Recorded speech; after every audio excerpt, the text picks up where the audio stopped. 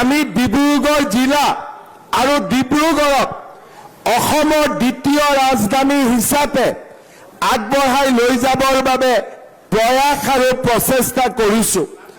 যোৱাকালি ডিব্ৰুগড় চহৰত নতুন এখন চিটি হস্পিটাল নিৰ্মাণৰ বাবে আমি 206 কোটি টকা মঞ্জুৰি কৰিছো।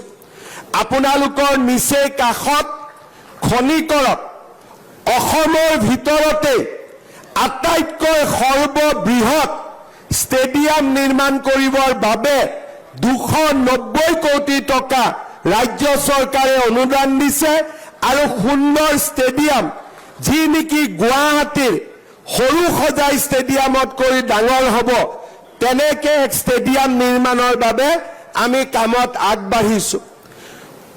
মুখ্যমন্ত্ৰী সোণোৱাল ডাঙৰীয়া থকা অৱস্থাত বিমল বৰা ডাঙৰীয়াৰ প্ৰচেষ্টাত ইয়াত ট্ৰান্স অৰুণাচল হাইৱে হৈছিলে।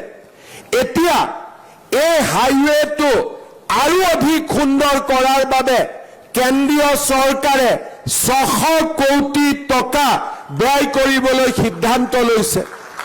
শ্ৰদ্ধাৰ ৰাইজ, ডিব্ৰুগড়ক লৈ প্ৰতিটো সমষ্টিতে নাহৰকটীয়াত নামৰূপত সাৰ কাৰখানা বন্ধ হৈছিল।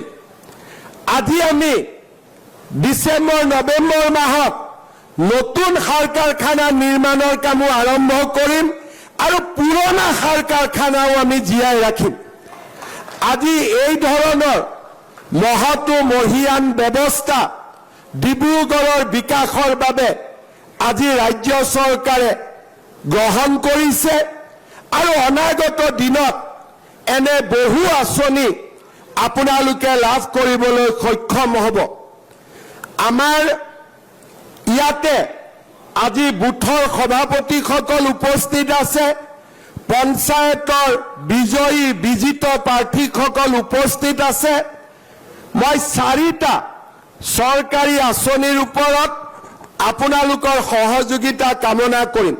যিকোনো খবৰৰ বাবে যোগাযোগ কৰক 7099017330 লগতে 7099017110 নম্বৰত।